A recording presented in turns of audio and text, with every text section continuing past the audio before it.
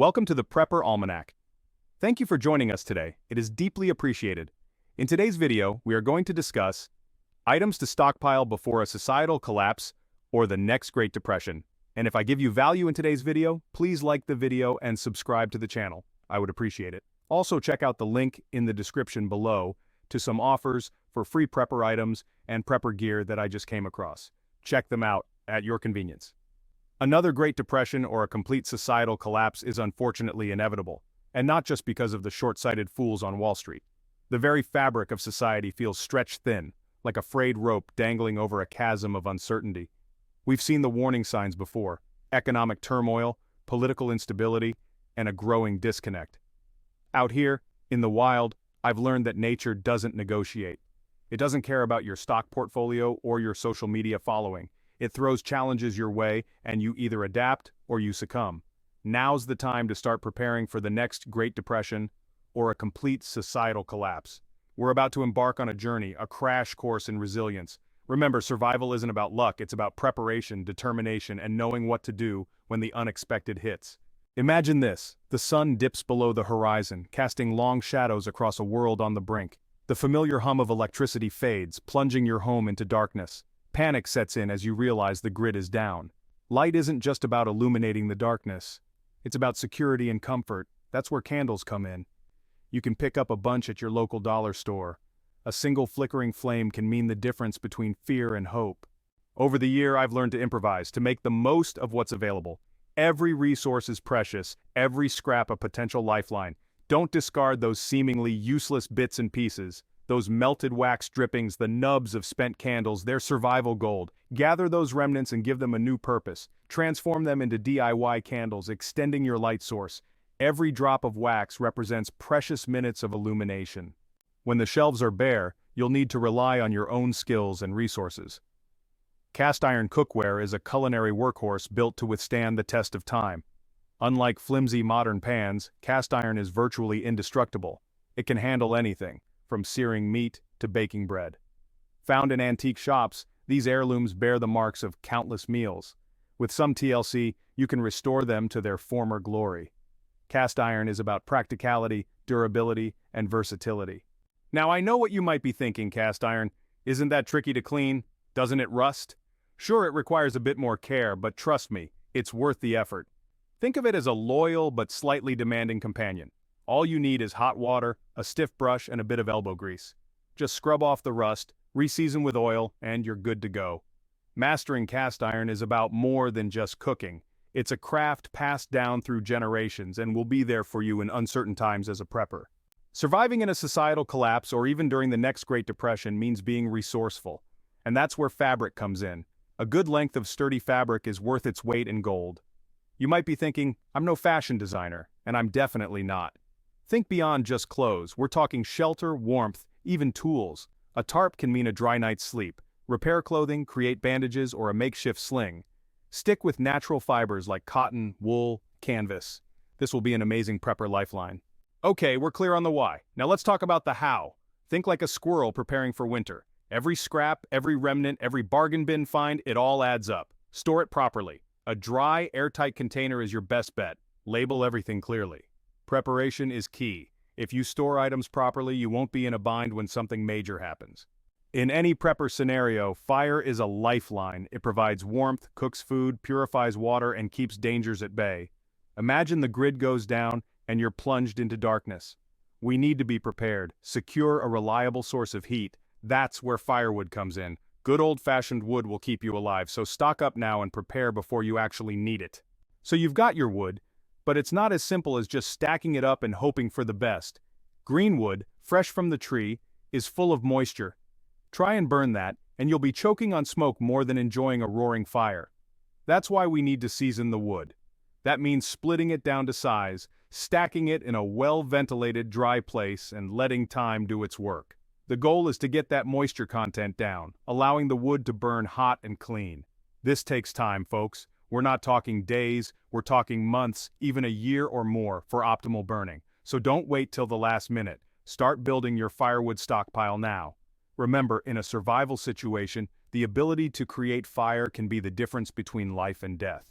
It's not just about staying warm, It's about purifying water, cooking food, and signaling for help. It's about keeping hope alive. We've talked about securing your basic needs like food, water, shelter, and fire. But what happens when injury strikes? In a prepper situation, a simple cut can quickly turn into a life-threatening infection. And in a societal collapse, access to medical care might be limited or non-existent. That's why a well-stocked first aid kit is non-negotiable. This isn't just a band-aid and some antiseptic wipes. We're talking about being prepared for anything. Lacerations, burns, fractures, infections. You need to be your own first responder. Start with the basics like bandages of all shapes and sizes, gauze pads, antiseptic wipes, antibiotic ointment, pain relievers, antihistamines. These are your frontline soldiers in the battle against infection and discomfort. But don't stop there. Add a suture kit for closing wounds, a tourniquet for controlling bleeding, a SAM splint for immobilizing fractures. These might seem extreme, but trust me, in a real emergency, you'll be grateful you have them. Having a well-stocked first aid kit is only half the battle. You need to know how to use it. Familiarize yourself with the contents, practice basic first aid techniques, and consider a first aid course. In a crisis, panic can be dangerous. With the right knowledge and skills, you can stay calm, assess the situation, and provide essential care to loved ones. Also, please remember to get first aid books as well, because with the power potentially out in a prepper scenario such as the grid being down, you may not have access to the internet for information. We've covered essential gear, but let's talk fuel. No, not for fire, but for you. In a crisis, your stomach won't care about the stock market.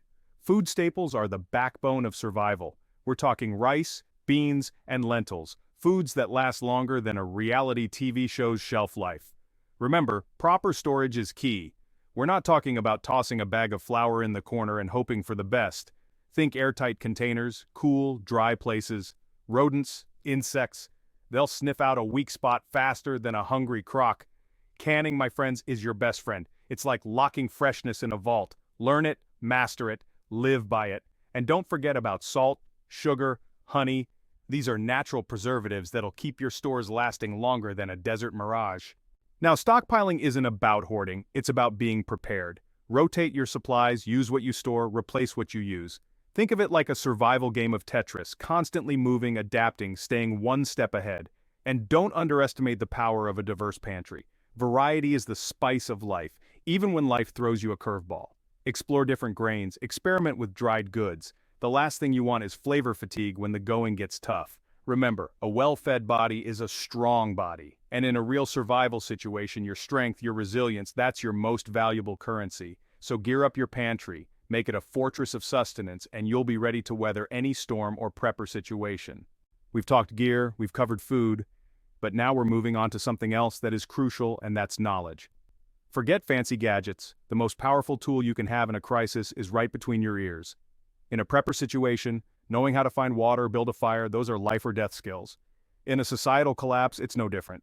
Understanding basic first aid, gardening, even basic construction, these skills are worth more than their weight in gold. Now you might be thinking, I can just Google that, but what happens when the internet's down, like we referred to earlier, or when the grid's gone dark? That's when the knowledge you've stored in your mind becomes your lifeline. And definitely pick up some books and keep them on your shelves. So how do you stockpile knowledge? Read books, watch documentaries, take courses, learn about edible plants, basic mechanics, wilderness survival. Become a sponge, soak up information like your life depends on it, because in a crisis, it just might. And don't forget about the power of observation. Watch how things work, pay attention to details. The more you understand the world around you, the better equipped you'll be to navigate the unknown. Remember, knowledge is power. It's the difference between feeling helpless and feeling empowered, between panicking and taking action. So, build your mental arsenal now, and when the unexpected hits, you'll be ready to face it head on. We've covered essential supplies and the power of knowledge, but now let's talk about a different kind of resource, and that's land. In a stable world, it's an investment. In a crisis, it's a lifeline. Now, I'm not talking about a sprawling estate. Even a small plot of land can make all the difference. It's about having a place to grow your own food, collect rainwater, maybe even disappear from the grid if you need to. Look for land with good soil, access to water, and maybe even some natural shelter. Think of it as your own personal wilderness sanctuary, a place to ride out the storm and rebuild when it's over. Now, finding the right piece of land, that's a challenge in itself. You want to be far enough from potential chaos, but close enough to resources. It's about finding that sweet spot, that balance between self-sufficiency and accessibility. And don't underestimate the importance of community. Connecting with like-minded individuals, people who understand the importance of preparedness, that can be invaluable in a crisis. Remember, owning land isn't just about having a place to live, it's about having options. It's about taking control of your destiny, about creating a future for yourself and your loved ones, no matter what the world throws your way. So do your research, explore your options, and secure your own piece of resilience. We depend on modern medicine for good reason. It's kept us alive and thriving. But if the system collapses, we need primitive methods. Don't chuck your first aid kit. Bandages and antiseptics are vital. Turn to nature's medicine cabinet. Our ancestors thrived on plants. What grows in your garden could be key. Think about it. What happens when your supply of painkillers runs out? Where do you turn when antibiotics are a distant memory? That's where your knowledge of medicinal plants becomes your greatest asset. We're talking about the power of willow bark to fight fever, the soothing properties of chamomile for sleep, the antiseptic qualities of garlic. These natural remedies, readily available, could be lifesavers in a desperate situation. Now's the time to learn. Get yourself a good book, talk to local herbalists, even go on a foraging expedition. Familiarize yourself with these plants, their uses, their dangers. Remember, knowledge is power, and in a survival scenario, it might just be the most valuable medicine you can have. So equip yourself with the knowledge now, and you'll be ready to face whatever the future throws at you. We've covered a lot of ground together, haven't we? Water, shelter, first aid, even the power of medicinal plants. But there's one vital element we haven't touched upon yet. The ability to grow your own food, to provide for yourself and your loved ones, that's paramount in a long-term survival situation. And that's where seeds come in. These tiny packages hold the potential for life, for nourishment, for independence. In a world where supermarkets are a distant memory, seeds become your lifeline, your insurance policy. Now, I'm not talking about those flimsy packets you pick up at the supermarket.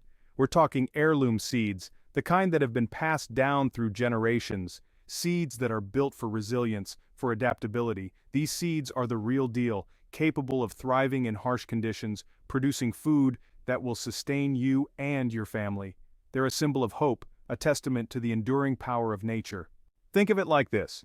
Every seed you save, every packet you store away, is an investment in your future. It's a step towards self-sufficiency, a way to reclaim control in a world that feels increasingly uncertain. Start small. Collect seeds from your garden, swap varieties with friends and neighbors. Look for heirloom seeds online or at local farmers markets. Diversify your collection, ensuring you have a range of vegetables, fruits, and herbs. Store your seeds properly. A cool, dark, and dry environment is ideal. Think airtight containers, maybe even a dedicated seed box. Remember, we're talking about long-term storage here, so protect your investment. And don't forget the knowledge, folks. Learn about different planting techniques, about companion planting, about seed saving. Equip yourself with the skills to turn those tiny seeds into a bountiful harvest. Because in a world turned upside down, the ability to grow your own food could be the ultimate survival skill. From fire to food, we're building a picture of survival. But there's one element, more crucial than all the rest, and that's water. In a prepper scenario, water is life. Stockpiling is critical. Every bottle you store is a step towards security. Start stockpiling water today. We know water is essential, but how do we go about stockpiling it effectively? Well, the good news is, water is a survivor's best friend. It's relatively inexpensive, readily available, and stores like a dream. First things first, forget about fancy filters or expensive purification systems. We're talking basic, readily available containers here like plastic bottles, jugs, even those big barrels you see on farms. Clean them thoroughly, fill them to the brim, and seal them tight. Now storage is key. Find a cool, dark, dry place in your home away from direct sunlight and any potential contaminants. Remember, we're talking long-term storage here, so make sure your stash is out of the way and protected from the elements. And don't be shy about quantity. This isn't a time for half measures. The more water you can safely and securely store, the better prepared you'll be when the taps run dry. Trust me, you'll thank yourself later. Now, this next topic isn't easy to discuss. It's something we all hope we'll never have to face. But in a survival situation, personal security becomes paramount. Protecting yourself and your loved ones when society breaks down. Desperation can drive people to do desperate things. Having the means to defend yourself could be the difference between survival and it's about deterrence, sending a clear message. Knowledge is power. Familiarize yourself with the weapons you choose. Weapons in a survival situation aren't just about defense, they're also about putting food on the table. When the supermarket shelves are bare, you'll need to rely on your own skills. Hunting and trapping come in handy. A shotgun, bow and arrow, or snare trap can mean survival. You'll be grateful for every bit of protein, but hunting is a serious responsibility. Learn hunting techniques and firearm safety, respect the animals you hunt, use every part of the kill, stock up on ammunition and gear, arrowheads, fishing line, hooks, learn to preserve your catch. We've discussed a lot so far today. From the flickering flame of a candle to the life-giving power of water, we've explored the essential items that can make all the difference. Stockpiling isn't about fear-mongering. It's about taking responsibility for your well-being. Empower yourself to face the unknown with courage. Check your supplies regularly for damage, pests, or spoilage. Rotate your food and water stores. Your stockpile is a dynamic entity. Keep your preps discreet. Store your supplies securely. Stay informed. Keep an eye on current events. Knowledge is power. The more you know, the better prepared you'll be. Stay strong, stay focused, and never give up. As we wrap up today's video, if you have any questions or if there are any topics that you would like discussed in the future, let us know in the comment section below. We love to get video ideas from the community. Let us know what you think of today's video as well. We always appreciate input. And be sure to like today's video and subscribe to the channel in order to be notified of the next prepper video we release. Check out the link in the description of the video for a $25 restaurant voucher as a thank you for subscribing to the channel. And as mentioned earlier, also check out the link in the description for a list of offers of free prepper gear and free prepper items to check out. And thanks for swinging by the Prepper Almanac today. It's appreciated.